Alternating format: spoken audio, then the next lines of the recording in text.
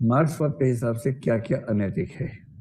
देखो, मार्क्सवाद के हिसाब से सबसे ज्यादा अनैतिक चीज है निजी संपत्ति।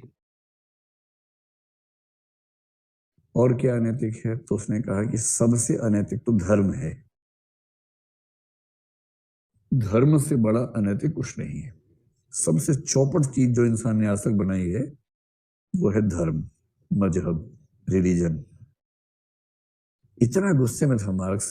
एक वाक्य तो आपने सुना ही होगा, धर्म अफीम है, आम आदमी की अफीम है, पीड़ितों की कराह है, और लंबा वाक्य है। एक और वाक्य बोला है, बहुत ही खराब बोला है। हाँ, उसने कहा, एक वाक्य में कहूं तो धर्म व्यक्ति के भीतर उन सभी गुणों को पैदा करता है जो एक पालतू कुत्ते में होने चाहिए। कितना खराब वाक्य है। हम में से कौन कौन धार्मिक लोग हैं? कोई नहीं बोल रहा।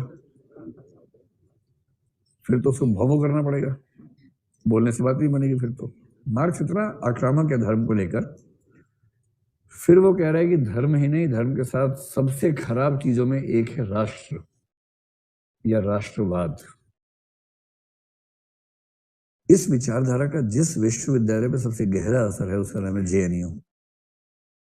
इसलिए जेएनयू के लोग बाकी लोगों को राष्ट्रद्रोही लगते हैं, क्योंकि जेएनयू के लोगों को सामान्यतः राष्ट्र की वैसी धारणा में विश्वास है ही नहीं जैसी धारणा में बाकी देश विश्वास करता है। उनको नहीं है वैसा विश्वास। उनको लगता है कि निरर्थक बात है, इसको छोड़ देना चाहिए। इससे मार्क्स कहता है कि धर्म, राज्य, राष्ट्रवाद, सांप्रदायिकतावाद, ये सारे के सारे सिर्फ इसलिए पैदा किए गए हैं कि गरीब आदमी अपना हक ना मांग ले। और जब गरीब आदमी अपना हक पहचानता है, मांगता है, उसका दिमाग भटकाने के लिए इन सब खिलौनों का इस्तेमाल किया जाता है।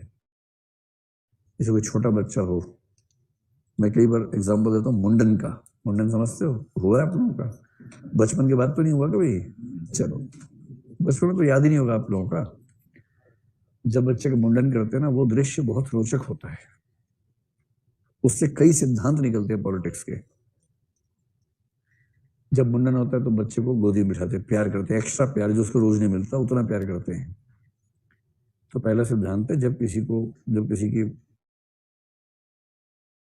है ना हजामत करनी हो, पहले उसको एक्स्ट्रा कुछ देते हुए दिखो, ताकि वो आराम से मतलब इस मूड में आ जाए कि हाँ काटो, मुझे काटो।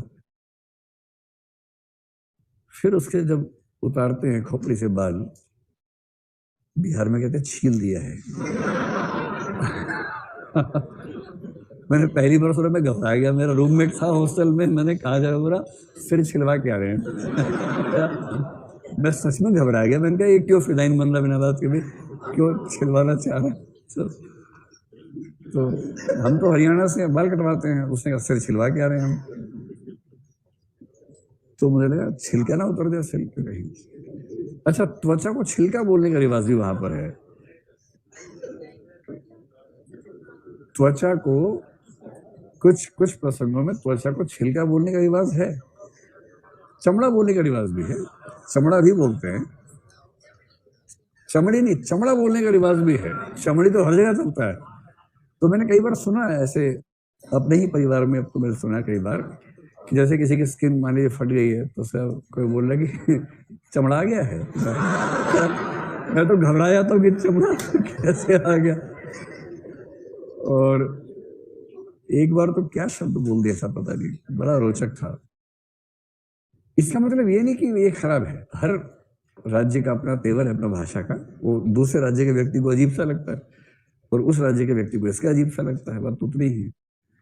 मुंडन वाले बच्चे को जैसी सिर पे खुजली होती है ना कि कुछ हुआ है सिर पे, खट से घूम के देखते, पीछे जो अंकल बैठे हैं, जो अजीब से अंकल आए हुए हैं, उनको देखता है खट से। बाकी सब देख रहे हैं उसको कि छिल रहा है। एक उसी को नहीं पता है और पीछे कार्यक्रम चल रहा है उसका। और जैसी बच्चे को लगता है कुछ हुआ तो है, क्या हुआ, बच्चा छोटा सा, उसको पता नहीं, एक शीशा देख लूं जाके, इतना दिमाग तो है नहीं उसको। वो शक के भाव से पीछे देखता है घूम के, और उसी स्पीड से सामने बैठा उसका बाप या उसकी माँ या चाचा या मौसी को ही झुंझुना बजाती है ऐसे करके। बच्चा गधा होता है एक नंबर का। वो अपना वास्तविक हित भूल जाता है कि उसकी खोपड़ी पे कुछ हो रहा है, झुनझुने की आवाज और सौंदर्य में खो जाता है। ऐसे ऐसे बढ़ता है की तरह झुनझुने के पास, अपना हाथ आगे बढ़ाता है, लेके उसको मुंह में लगाने लगता है झुनझुने को, खुश हो जाता है और पीछे कार्यक्रम चालू है। यही सिद्धांत है बस। जब जब मजदूर को समझ में आता है कि मैं गधा बन रहा हूं, ऐसे देखता है पीएम को, सीएम को देखा ऐसे, तब पीएम में आता झुनझुना जोर से कि मूल शत्रु पाकिस्तान है। क्या लग तो तुम रहे हो? नहीं, मूल शत्रु पाकिस्तान है, मूल शत्रु ईसाई है, मुसलमान है, हिंदू है।